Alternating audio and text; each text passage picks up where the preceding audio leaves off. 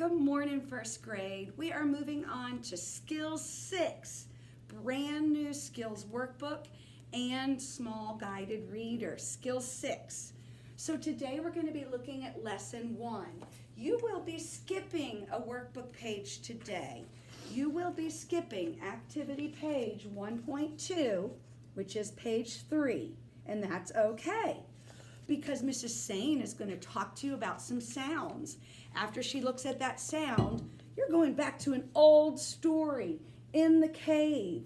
This is in your skills workbook, or it is in your old reader if you need it. So be ready to follow along with Mrs. Sane. Good morning, first grade. I bet you can guess what sound we're going over. That's right, we're going over the sound S as an S. But there's a lot of different ways you can spell that sound, because S, or S, the sound S, can be seen a lot of different ways in our English language. And that can make it kind of tricky. That's why I already have some words up here to help us figure that part out. So the sound S can be S-E as in see. C. Let me find a different color. C.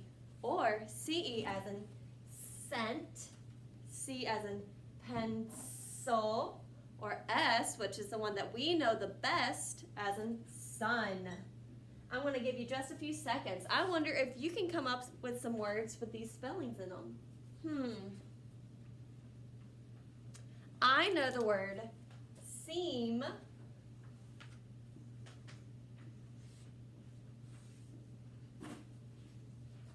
As in, the sewer was going on the seam. The seamstress was sewing on the seam.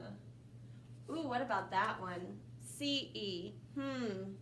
Mrs. Sane, how Yes? about celery?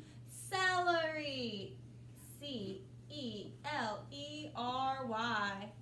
I like celery. I like to eat celery. Do you hear that? Celery. Even though it starts with a C-E, it says celery. Ooh, pencil, the C sound. Oh my goodness, what about the word cell? Cell. Cell. And then the S one, I bet you can come up with a lot of words for this, for just the plain O-S. My favorite is song. I like to sing songs. Let's go through these words one more time. For S-E, we have see and seam. For C-E, we have scent and celery. For C, we have pencil and cell. And for S, we have sun and song. Notice, sometimes it's in the middle of a word. Is that okay? Absolutely, that's okay. And I wonder if you can go through our reading in just a few minutes and try to find some of these S or S spellings. I bet you can. Whenever you find one, you can just touch your nose. You got that? I'll get it that way. I am so excited for the story. That way we'll be ready. Absolutely. Now, friends, Miss Frike already told you that you can find this story in your workbook page, as in workbook page 101 and skills 6. You can do that, or you can go back to reader number 5 and read it as well. It's on page 2 and reader number 5. We're just going to do it like this.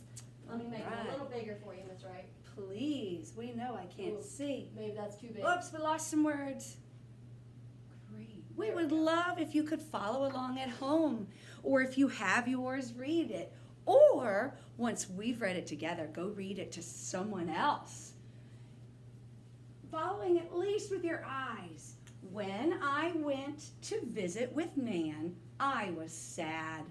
I missed Mom and Dad, but Nan cheered me up and made things fun. Nan took me on hikes.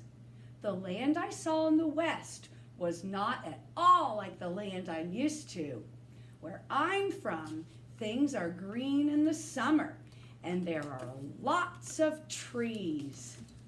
Out in the west, There are hills and red rocks, but not a lot of trees. In some spots, you can hike for a mile and not see one tree. Once, Nan and I were on a hike when it started to storm. Nan and I went into a cave so that we would not get wet. Ooh, suspense. As we were standing there, I saw something shimmer in the dark. Ooh, there's a lot of Nan, I said, pointing at a spot. What's that? Well, said Nan, let's have a look. We looked and saw something stuck in a crack in the rock. I grabbed it. It's a coin, I said. Well, I'll be, said Nan. Well, I'll be. That's something my Nana says. I liked your voice, Mrs. Singh, when you did that. That made it exciting to read. Well, I'll be. I said, what sort of coin is it? Nan said, I can't tell. It looks like it could be made of silver. Then she said, I have a pal, Jack, who is an expert on coins. We can bring it to him tomorrow, and he will tell us what sort, I found another one, of coin it is. I dropped the coin in my pocket, and we went on with our hike. Wow, that was a fun That story. was a fun one. You found some S sounds too, didn't I sure you? did. And guess what, Miss Wright? What's that? Not only is this just a fun story, this is a personal narrative. What does that mean? A personal narrative is a kind of different from a fictional or a made-up story because it's not a made-up story. Oh my goodness. But it contains a lot of the same things that fiction stories have, like a title. At the very beginning, it has a title, In the Cave, and it has a setting. Where's the setting, Miss Wright? I know this one. That means where a story takes place. Exactly. And in this story, it's taking place In the cave. Wow. So it has a title, it has a setting. Remember, we're talking about personal narratives. And the event described took place at a certain time and place. So this was in the summer, right? I remember. It was in the summer. I even found that word because I was looking for your S sound. Summer. And it was in the west, wasn't Yes. it? So this story has a title. The setting is in the summer, in the west, and it has characters. Our characters so far are Nan Okay, it's right there. Nan? and Kate, Yes. right? Oh my goodness. And those are the people who do things in a personal narrative. And it has a plot that has a beginning, middle, and end. This is a short part of a longer story. This is the beginning of the longer story. Right now, in the beginning, we're talking about finding a coin in the cave. I wonder what's going to happen next in this personal narrative. Oh, me too. But until tomorrow, I think that's it for today, friends. All right, guys. Thanks. Bye. Bye.